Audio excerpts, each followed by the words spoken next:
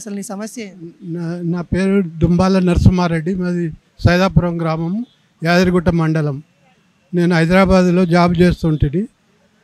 అక్కడ నాకు 3 ఎకరాల జాగా మరి ఇంటి స్థలం ఉండేను. నేను ఇక్కడ ఉన్నందున ఆ 3 ఎకరాల జాగా అమ్ముకున్నారు. ఇంటి జాగా వెంకటరెడ్డి ఉప సర్పంచ్ భర్త ఆయన కబ్జా చేసుకున్నాడు, ఇల్లు కట్టుకుంటాడు. నాకు ఇవ్వమంటే నీకు లేదు పో అని నన్ను సతాయించి వెళ్ళగొడుతున్నారు. పోలీస్ స్టేషన్ పోయినా, మండల ఆఫీస్కి పోయినా, ఎక్కడ పోయినా కానీ ఎవరు దానికి రెస్పాన్స్ ఇస్తలేరు. 3 ఎకరాల జాగా స్పెక్ట్రా కంపెనీ వానికి అమ్ముకున్నారు. ఆయన దగ్గర కూడా పోయినా, ఈ జాగా నా జాగా కదా, కాగితం చూపెట్టిన నా దగ్గర మా పొత్తులో పంచుకున్న జాగా నాది, ఇది 3 ఎకరాలు, నువ్వు కొనకు అన్నాడు. అంటే సరే నేను కొన్నాను, నీ 3 ఎకరాలు నాకు కోట్లా ఉంటే నేను ఎందుకు కొంటా, కొనాని నాకు కాగితం కూడా ఇచ్చిండు స్పెక్ట్రా కంపెనీ వాడు. ఈయన వెంకటరెడ్డి పోయి మేము ఉన్నాం కదా, నీకేం, మేము అంతా చూసుకుంటాం, కొనేసాయని వానికి అమ్మేసారు 3 ఎకరాల జాగా. సైదాపురం గ్రామంలో పీరగుట్ట దగ్గర 3 ఎకరాల జాగా పోయింది, ఇంటి స్థలం పోయింది.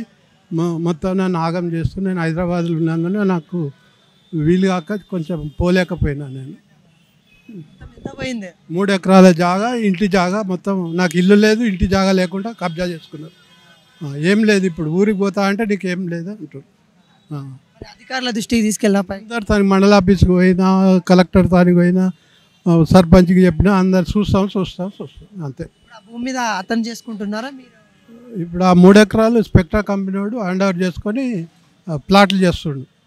వాళ్ళ మీద ఏమైనా కేసు వేయలేదు? కేసు వేసినా కానీ అది ఎప్పట్లా తేలుతుందో లేదో ఇక అది కంప్లైంట్ ఇచ్చారు? ఇచ్చేసాడు.